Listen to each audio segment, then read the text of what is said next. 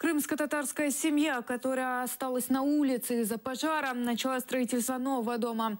Им помогают неравнодушные. Сейчас семья живет в 2 вагончиках, деньги на которые собрали соотечественники.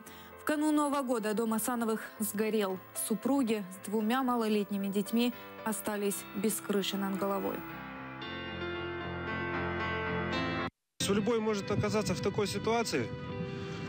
Ну и поскольку чужой беды не бывает, вот, я пришел помочь посильно. Чем смогу, тем и помогу.